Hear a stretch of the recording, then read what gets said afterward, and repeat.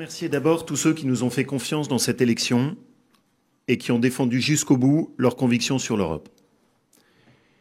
Emmanuel Macron a fait un choix lourd de conséquences en réduisant le débat européen à une croisade contre Marine Le Pen, pleine d'arrière-pensées.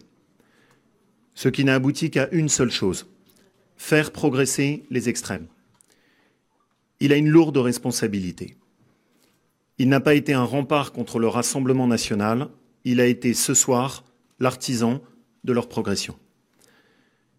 Dans cette campagne où tout a été fait pour la réduire à un duel, Rassemblement national contre En Marche, nous n'avons pas pu faire entendre notre voix. Et ce résultat n'est évidemment pas à la hauteur des espoirs soulevés dans cette campagne. Nous savons bien sûr, depuis 2017, que la reconstruction sera longue et exigeante pour retrouver le chemin de la confiance avec les Français.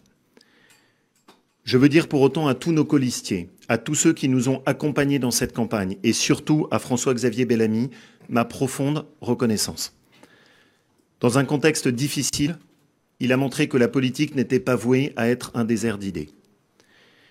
Il restera de cette campagne des acquis, faire émerger des nouveaux talents, la nécessité, si la droite veut avoir un avenir, de faire cesser les divisions, la certitude que la droite et le centre peuvent s'unir autour de convictions fortes. Ces acquis, il sera de notre responsabilité collective de les protéger et de les faire fructifier. Je suis convaincu qu'une majorité de Français partagent les valeurs que nous portons. Nous avons 3 ans pour leur proposer une nouvelle voie. On ne peut pas laisser la France dans cette situation où les Français sont pris en otage entre la déception d'En Marche et le chaos du Rassemblement national.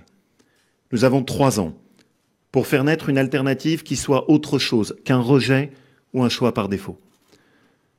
Dans ce vote ce soir, il y a eu de la colère, il y a eu de la déception, il y a eu de l'attente. Nous avons 3 ans pour faire naître de l'espoir.